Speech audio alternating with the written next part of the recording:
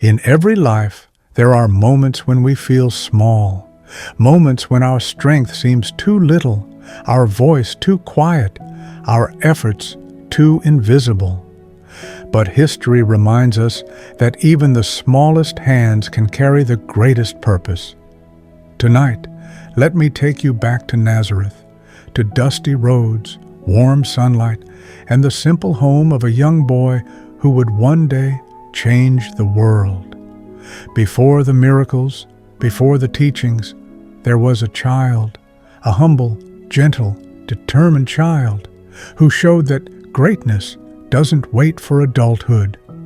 This is the story of young Jesus, and the day he proved that even one act of compassion can become a light for someone lost in darkness.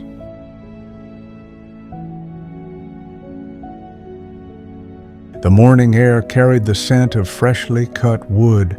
12-year-old Jesus walked beside Joseph, who carried a bundle of tools on his shoulder. They were on their way to help a widowed woman whose fence had collapsed. Her crops were failing, her animals kept wandering away, and she had no one left to help her. When Jesus saw the broken fence, his heart stirred with compassion.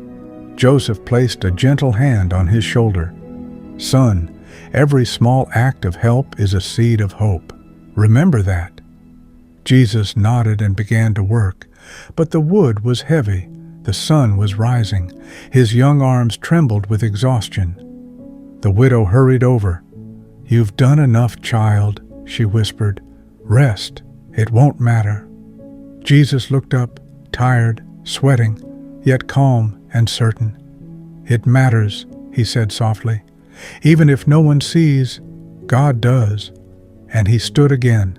This time his hand steadied, his small shoulders lifted.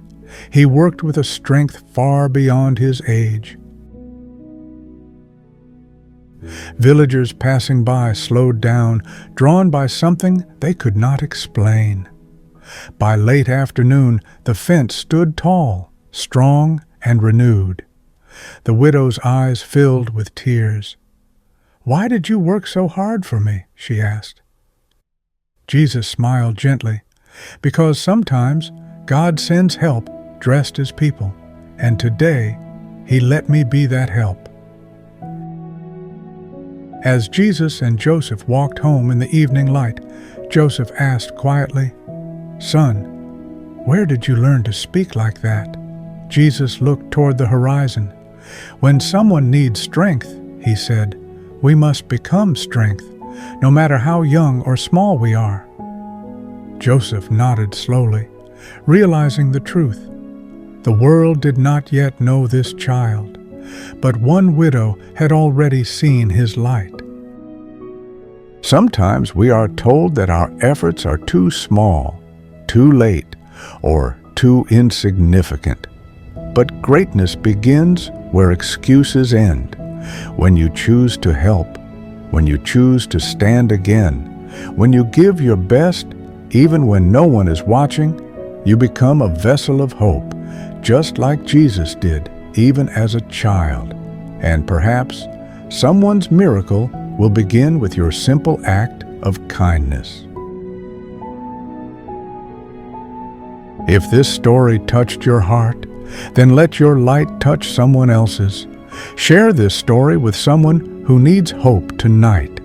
And if you wish to walk with me through more moments of faith, courage, and quiet miracles, subscribe to the channel